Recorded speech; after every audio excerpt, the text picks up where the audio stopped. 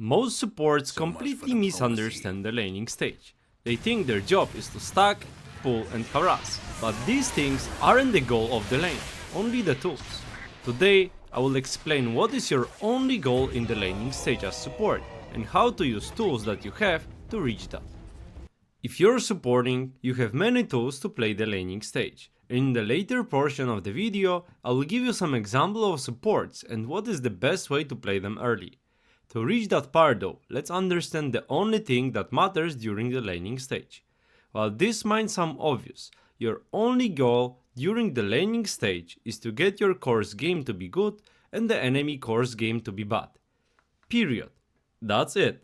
Every action, pulling, harassing, stacking, or attempting kills is only a tool that will get you closer to the goal. And while this sounds like, come on, I know that already, believe me, a lot of players, especially below Immortal, seem to forget about that, because it's quite easy to mess it up, as if you don't think about this rule as a principle in the laning stage, you can put your team in disadvantage. Always ask yourself, is this beneficial for my lane and is it bad for enemy? What do you think? Is it good if you get a kill on enemy support but your core loses 4 last hit chasing it? Trading all of your core's HP to get a kill on support isn't good, unless he's got a salve ready. If you kill that support and he comes back with full resources while you lost full creep wave to kill that out of mana Skyrat, it's simply not good in the big picture.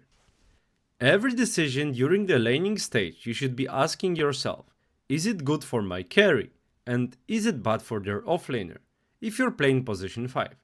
This is the main question you should ask yourself all the time, as getting it into your head will make your decision making clean and much more support oriented.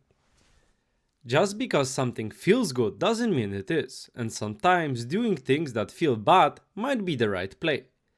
Staying behind your core when enemy is not pressuring him feels good, as you've secured your lane already and there's no point running around with no boots.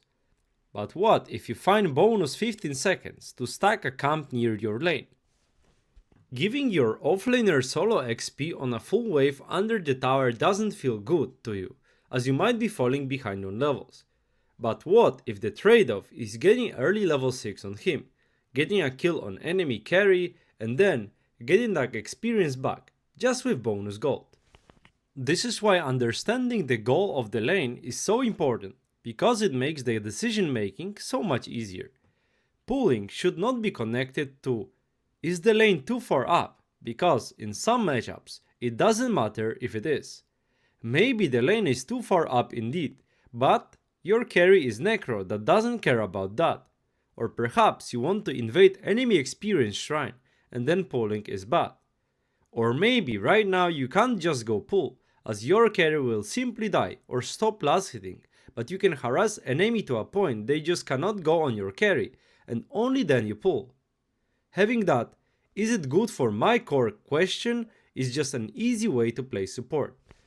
And keep in mind, it's not always black and white, but this is not the core idea of this video, it is to get you right on track when it comes to laning stage. Leaving lane to stack might be bad in short term, but help you in the long run. Or perhaps taking 2 last hits of your carry to finish your boots will be beneficial for him in the end. This is another layer to that decision making, so just keep that in mind. So every lane, every action you take, ask yourself, is it good for my core? And is it bad for their core? And your decision making, if it's based on that, will elevate your gameplay. Let's give you some examples on how some actions can benefit or ruin your lane.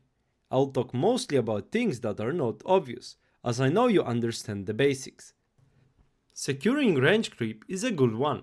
If you have an efficient way to steal range creep while your carry doesn't, now it's the question whether he's going to spend more gold on regen after committing for that creep for it to be efficient. He's going to get hit once and get it guaranteed, let him have it. He's going to tank a spell, 3 hits and possibly get it denied, don't think about it, just secure it. If you got strong spells or right click as support, keep in mind it's usually better to pressure enemy core and not the support. If that support is without resources, the math is even easier. Resetting, so killing a support might be the bad play, as long as your core is controlling his lane fully. It's not always bad, no, but just think about this. If the enemy support comes back with full mana, is my core's game going to get way worse?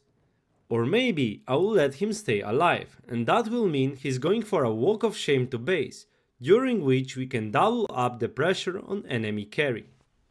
Every support helps his core in a different way.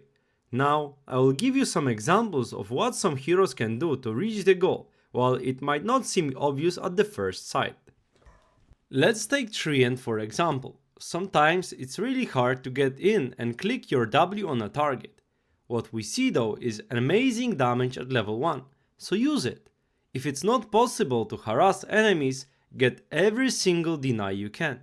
Pulling is a way to deny creeps from your enemies. Why would you play for that if you can do it in their faces? Veno, on the other hand, has quite bad damage, but he's got a good slow. What you can do is actually pull the creeps, as this will put one enemy out of position, so away from the lane and close to your tower. There, you can use the Gale efficiently, as if they come to contest the pull, they will be as far from their tower as possible. Spirit Breaker, on the other hand, doesn't really have a standout thing he can do for his lane, unless he actually runs mid to gank. How is that beneficial to his lane?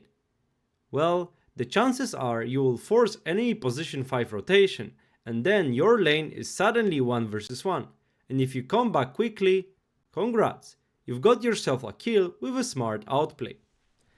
Crystal Maiden is a hero that doesn't really trade well, but her Q deals amazing damage in huge AoE. What you can do with that hero is use your Nova in a way that secures range creep while harassing enemy hero as well. This relieves pressure on your carry while also harasses theirs. To sum this up, if you ever feel lost in the lane as support, stop thinking about pulls, trades or kills. Just ask yourself, does this make my core's games better and their core's game worse?